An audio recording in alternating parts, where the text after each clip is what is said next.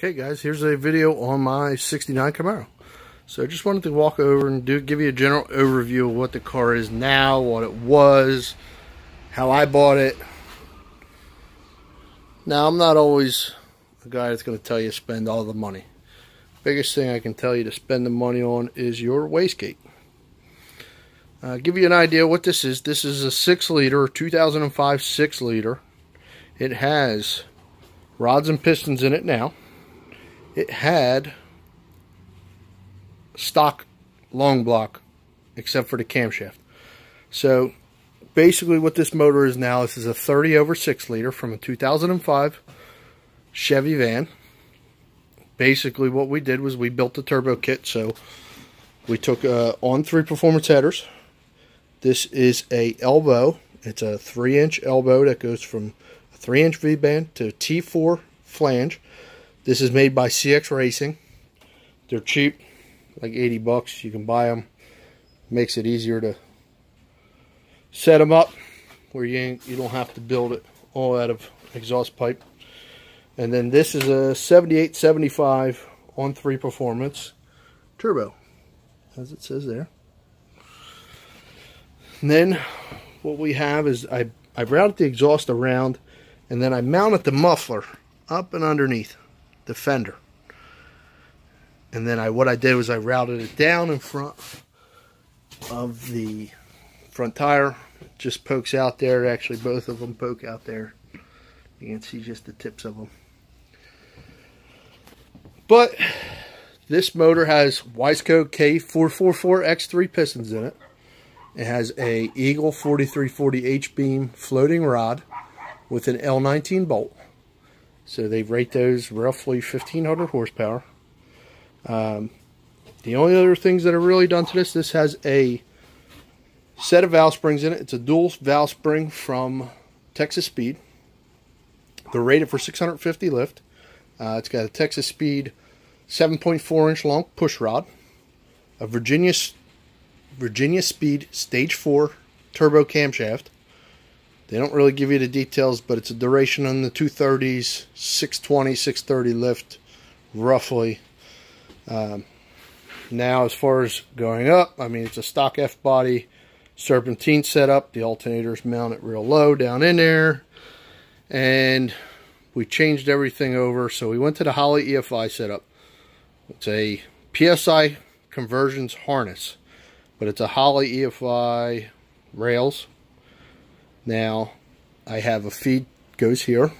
So we have a dash 8 return. And on the other side, there's a dash 10 feed. So basically what you do is you bring from the fuel tank, full pump pressure through both rails, comes around, hits the regulator, and then dumps it back to the tank. So this way, you don't starve the fuel system. Especially when you have this big of a fuel injector. This is a 160 pound-an-hour fuel injector from Bosch. They're relatively cheap, 550 bucks, $600, somewhere in there. We went to the Holley High Ram, and I put the 417 Motorsports intercooler in it.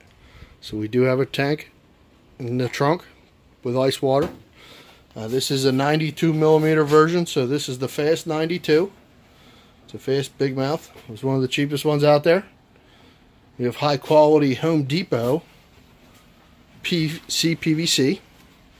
So I do a little bit of tuning, and I have tuned this car before. I got tired of tuning and playing with it, so I took it to a guy who's very, very good. Like I said, I'm outside of Philadelphia, and I can recommend to anybody if you want to get in, have somebody tune you something. He's a bit pricey, but it goes with the territory. If you got a good tuner, he's really good. The guy's name is Andrew. He owns CSP Tuning. So look him up on the internet. He's right in Westchester, PA. He's right outside, maybe 45 minutes outside of Philadelphia. Like I said, he's tuned the car on his chassis dyno. This thing on 11 pounds, 10 to 11 pounds, had made 660, 552, still in light timing. And that's what we call Wawa race fuel.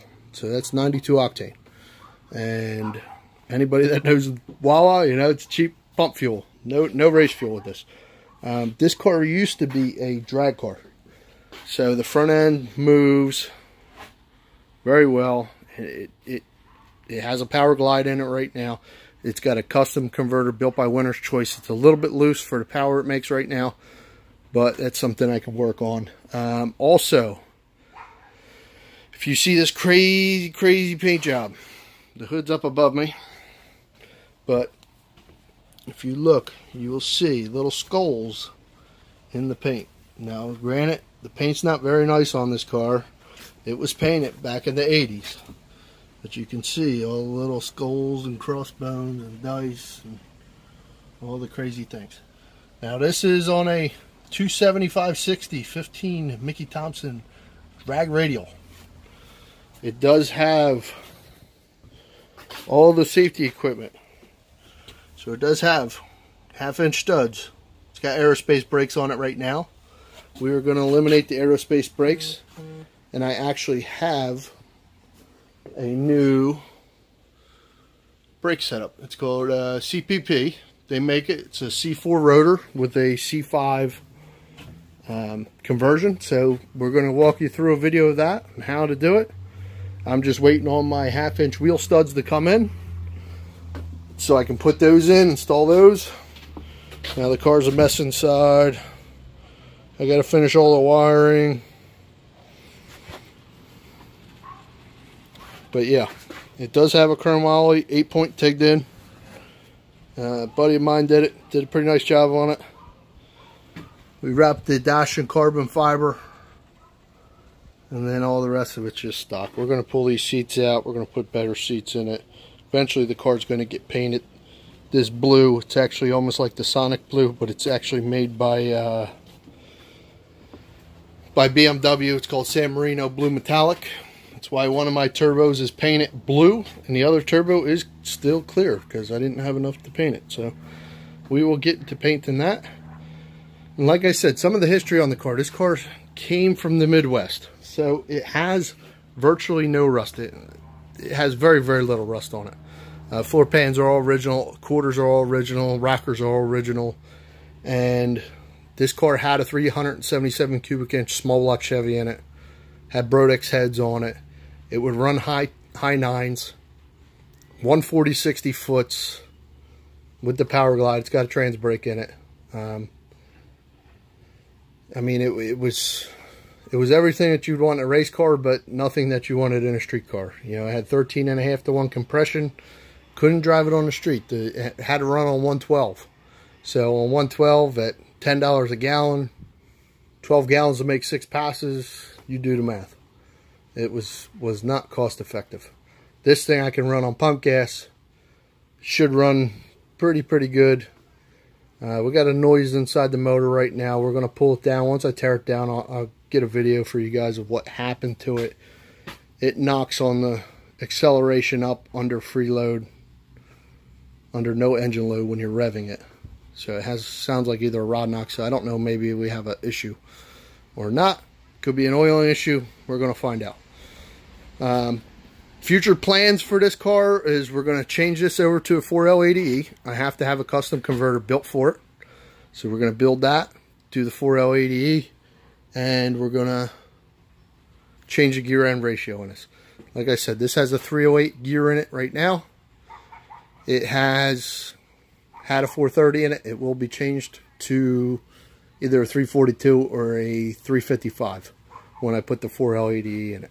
But we'll walk you through that. We'll show you how everything works. If you have any questions, comments, concerns, like I said, guys, don't hesitate to ask. That's what we're here for. I've done probably 24 swaps with me and my brother. If you haven't seen it, check out my intro video. I have a lot more content on this car and what's going to happen and what we're fixing, what we're going to change, and where we're going to go with it. I'm hoping this year to get some track videos. The first time we had it, when we put the 6-liter, the stock 6-liter with the camshaft in it, we took it down to the track. I shouldn't have taken it. It's one of those things, you know, every dumb guy gets all his buddies around. Let's go to the track before it's ready. I took it down the track. It was too rich coming in to boost. Fell on its face right out of the hole about 4 times. Went 2 360 foot. In the 8th mile, went 7 flat on 130 miles an hour. So it's, you know, on 7 pounds of boost, that's moving for that ET. It also went 11 flat in a 1/4 mile at 131. Like I said, I was out of gear at half track. It went 130 in the 8th. Only went 1 more mile an hour in the what's called, because I was pedaling it halfway down the track. It just wouldn't go because I had the 430s in it. But this is my project, and yeah, we'll get you a lot more videos on it. And if you have any questions, comments, concerns, let me know, guys. Thanks. Like and subscribe. Thanks.